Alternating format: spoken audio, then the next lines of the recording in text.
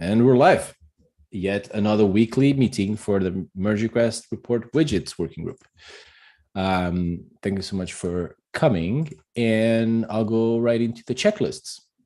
So remember, we did this a while ago. We have a checklist at the beginning of the agenda. This is just to make sure that we're all up to date with what's happening with the features and everything. So the blockers solved, yes. We don't have any blockers to turn it on. I have an update down below so I can talk about the final checks. Feature flag enabled in prod, no, not yet. Feature flag enabled by default, also no. Working group wrap up, the widgets have not been released yet. And the documentation reviewed and complete, I'm going to say no.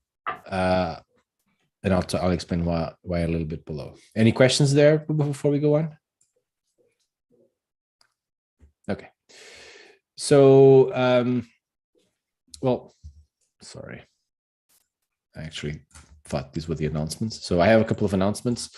First is that the final rollout is ongoing, and Phil is doing the final checks. He's pinged all the DRIs and he's expecting to hear back from everyone.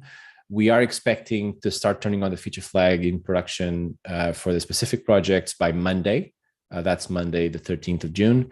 I'll be pinging each missing DRI on Slack after this call so that we can have a couple of days before they jump on it. There's a couple of missing approvals, and if they don't hear back, we'll just do a little quick check to see if they're behind their own feature flag, and if they are, we'll proceed without their okay. But hopefully, we'll get their okay. Yeah. Any questions on that? Exciting, isn't it? I think, sorry, I was going through that list. Sure. And I still need to kind of check off license compliance. License compliance has its own feature flag, so I'm not worried about that. I just need to verify that the flag's working as expected so that the legacy one is still showing. So I'm trying to find in the agenda. My session decided to expire. That's where I go get my phone for the two-factor. But okay.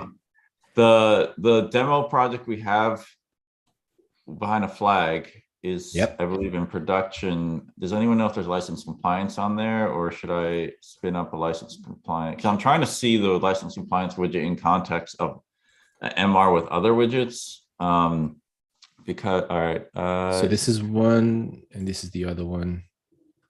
I don't think they're in there, right? Okay. Because my concern is I'm pretty sure I verify with license compliance only, but then I would feel more comfortable making sure that it doesn't show up while the other widgets are up. So we appreciate that, Fernando. So yeah, if you could do that until Monday, that would be great. Okay. And just drop a line on the issue once we're good to go. And if you want to update those MR demos, they're still going to be relevant for ongoing, because it's important to have a couple of MRs that list all of the widgets, because not every project's going to have all the widgets. So the fact that they're not shown doesn't mean that we are okay. So it's still going to be relevant to have those merge requests up to date. So for security, we have the security reports project that has a YAML file that uses just pre-generated JSON reports. So I'm going to try to put an MR up to that project that pulls in all those security jobs. To get the widget showing the security widgets. So if it makes sense to also use that as an example MR or something like that, add the link to the documentation. We can have multiple example MRs. As long as we know where they are, it's fine. Okay, fair enough. Thanks. Quick question on this, Fernando, sure. Because the code quality widget is basically in the exact same state. It is tested just purely, but not with interaction with the same thing. We could team up for this, since you just mentioned the security reports project, that'd probably be kind of the same thing. So let's try to not duplicate our work there and just team up. Yeah, we could do async. Let's sync up in Slack after this meeting. Sure. Thanks, guys. Right, so that's the first announcement. where are we? Right. The next one is about the documentations. Remember, one of the things we've talked about is one of the last steps to close off this working group is to have the documentation up to date and reflective of the work we've done. And there's some guidance for whoever wants to contribute new new widgets and everything. So we want to ensure that that's up to date. So I just talked to Phil. He's told me that they have updated the front end docs, the front end code docs, and every time there was a change, that the docs were also up to date. So I feel like that's okay. So what I'll be doing, I'll be requesting a technical writer to do a review and give us sort of like some hints about what's missing, what could be added there, and then we'll go from there. So, but that's going to be ongoing, and I'll let you know. I'll keep you posted. And that's it for announcements. Any questions there? Cool. Discussion items. So Gian brought something up on Slack, I think, or on the rollout issue about cleanup. So once we roll these out to production, there will come a time where we need to remove the code. Sorry.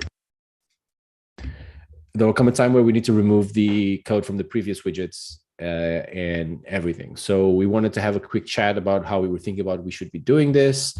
So from what we're expecting in terms of time frame, we're starting to roll it out in 15.1 to production. We're probably going to only default it in 15.2.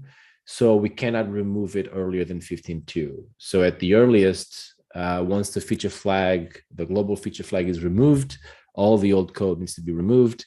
So that's probably going to happen at least on 15.3 or after.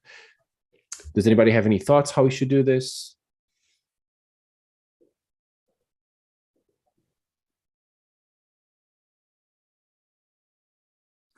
So what we were thinking is, should we have each DRI contribute with the code for cleanup? Should we have a central person like Phil take a stab at removing all the code and then have the DRIs review that MR? How do you feel would be more productive? From the top of my head, I'd probably say that the DRIs are probably the fastest to wrap this up because they've already kind of been in their headspace. But if somebody has lots of capacity, then sure, why not? Do you expect the code to be very intertwined with external parts and stuff? Or, I mean, if there's an endpoint or something, we won't be cleaning that up. We're just cleaning up the old code of the widgets and stuff. Yeah, I can only speak for code quality, but I don't expect any major conflicts or interactions with other parts of the code base. That should be pretty straightforward. Okay, so I'll pass that message. Do you have any thoughts, Fernando? No, I think that's fine. Okay, so I think we'll ensure that the DRIs at least review the change. If anything, so maybe we can go like this. As a plan A, we'll have Phil contribute the cleanup and have all the DRIs, the engineering DRIs, review the MR, multiple reviewers. If for some reason he gets a snag and needs like specific contributors like DRIs to pick up the slack, we'll have them open MRs to his branch and then go from there so that we can have one merge merge everything at once so that we don't have like incomplete things. Sounds good? Oh, Gina, thank you so much for writing that. Okay, that's great. We'll go from there and I'll relay that plan for Phil and we'll just follow that. Thanks. Fernando, you have the next point. Yeah, so I added this last also because this is not a blocker. It's not related to the rollout. It's more enhancements for license compliance and eventually enabling license compliance. So this milestone, Savas added some enhancements to our polling logic. And just a quick summary, there's more to allow for the continue polling an endpoint until data is available. So that's in. That was for all that work was for the collapsed endpoint, right? We have kind of the ability to provide a resolve promise to the collapse and expanded, and the intent was that the collapsed state was supposed to be a summary. Now, with these widgets, we're not consistent in the way that some widgets, what they do actually is when they have polling enabled. So there are a couple of them. Let me share some code here real quick. Screen. So for example, security reports, I think maybe Terraform. What they do actually is they only fetch the collapse state. Right, so these are the AJAX requests. And then a lot of them, what they actually do is for the expanded state, it's the same data. So what they do is they kind of just resolve a promise and return. They derive the full data, the expanded data off the collapse data. Now, the reason they're doing that is we only have one endpoint, I'm assuming, for those widgets right now. License compliance is this special case now where we've kind of followed the spec, I guess, as it was originally intended, was that the idea that you would have one endpoint for the collapse state, much compact data, just enough for the summary. And then the expanded state, which would have the much more detailed heavyweight response to populate the widget. And we have two endpoints. So the problem was that the polling enhancements were only done for the collapse state. So I have a work in progress MR to add polling to the expanded state. The problem is that that expanded state relies on the response headers. But when we have in the cases for the widgets that derive the full data from the collapse data, we're just resolving a promise. We don't have any type of response or any header set. So I guess it's like what I was proposing is that for the expanded state, we add another Boolean called enabled expanded polling. Or the idea is that if you enable polling, we don't want to necessarily enable it for both collapsed and uncollapsed. I think it would be nice to have the granularity to kind of enable that polling logic for the collapsed or expanded endpoints. And I was going to implement that logic accordingly, as opposed to try to piggyback off of that one global enable polling flag. Because right now, if we just keep enable polling, we would be basically saying, if we turn it on, we're going to pull both endpoints. But then there's some widgets that don't actually hit two real endpoints. They just kind of derive data from the first one. So it kind of gets into this kind of, I don't know, I feel like having the granularity to toggle polling for expanded or collapsed might be more beneficial than just having it trying to attempt to pull both when both widgets aren't actually hitting two endpoints. I don't know. This is probably more a question for Phil, but I don't know. I'm glad you brought it up, because I feel like that's an architectural decision that could have impacts later on, especially for this cases, it makes sense. But as we're having more widgets come on board, there's probably going to be other use cases, and then as you were talking, I was already thinking, if I needed to have such a big payload on the expanded side, I'll probably just cram it in the one used by the collapsed one. So we don't want to do that. As long as it's an additional option, so that this is the default behavior or something, then if you need this, you'd have the second option. I feel like that's that's why I was going for adding that new sounds good field. The only reason I wasn't going to roll it into the one enable polling one is because then I would have to go back and refactor all the widgets. What Correct. They return for the full data is only like the resolved data from the promise. I need to then incorporate the response and then move the data that's returned now into a nested, the data property. I need the full response and then the data associated to that response. And that would be a much more involved refactor and kind of changing the architecture a bit. And then with the rollout, even though this would be an enhancement, it just kind of would blow this MR a lot bigger. So the path of least resistance was to introduce a new field. What I may do, though, as part of this MR, because it's easy to rename things in this case, is I may differentiate from enable polling to maybe rename that to enable collapse polling, and then having enabled expanded polling. But I will ping Phil on this to kind of get his feedback before I get too committed to an approach. And that's basically it.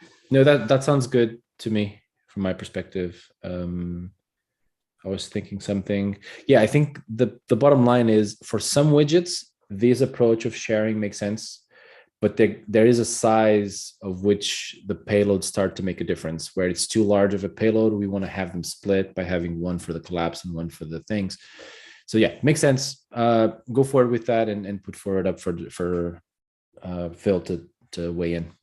Yeah, and I think part of the reason too is, we have backend capacity to optimize that endpoint. So it might have been that eventually these widgets might migrate to the two endpoints, but that in the meantime, there's no optimized endpoint to hit for some of these. Okay. Yeah. That's all Thanks. I got. Sweet. One thing that just crossed my mind while we're speaking about this is for you, Andre, because of the testing of some of those widgets in Secure in collaboration with other extensions. Just for me, it would be significantly easier to actually test this on staging, but that would include enabling the large flag or the global flag on staging for at least one project. Would that be okay, or is that a big no-no at this point? I would recommend it. What we've done in the past, especially with even for performance issues, is we have specific projects with specific flags enabled and disabled. We did that for the source code rollout of an improvement on the repository, and that was really beneficial to have one project with the feature enabled, one project with the feature disabled, and then we had site speed running on both of them, and we could compare the metrics before we roll them out. So yes, I would recommend having that. In staging, you might even want to turn it on for more, because we still have the example MRs that we have, they're in production. We have the front-end playground, GitLab MR. I mean, you can still have our own projects. Yeah, you can still have our own project where the feature flag is enabled on the front-end playground in production. It doesn't have to be in staging if you want to test it in production. So I feel like that's what we have the playground for, the front-end playground group that we use the example MRs for. So you can totally create one project just to track the secure widgets. So no problem. It's contained into that scope. So yeah, no problem. Awesome. Cool. Sweet. That was it from my side. Awesome. Right. And that's all for the agenda. Do we have any other thoughts, topics, concerns, praise? Yeah, I would like to share praise for everybody that's been involved in these final stages. I think we're getting close to it. We're very close. But I like to see movement, and we're getting there. So I'm feeling good, and now it's going to be the big bang where we see what people think of this. And for context, there's been a lot of, and Marcel, I know you know about this, but there's been a lot of changes on the Merge Request page, and you, of course, as Merge Request users as well. And we were just discussing this earlier with Phil, where we got a slew of changes in the Merge Request. This will just be yet one more, but they're all lining up into this set of releases. We have the Merge Request merge widget restructuring, just a little merge bit. It's being reworked and people are raving about the results of that. We have the Merge Request beautifying UI on the nav, and then the sidebar, that's coming in too. And now the widgets are coming in. It's like a new experience. So I cannot stress enough how important this working group has been to the code review experience as a host of everyone else's contributions. So thank you all. It's exciting. It's been great work, and it's been great seeing how you all really moved it forward. And I'm very much aware how complex all of this is and how easy we made it look on the designs, but then how much work it actually ended up being on the code side. It's like a baby, Marcel. It takes a village. Indeed. All right. And with that note, thank you all. That's it for this week. See you next week.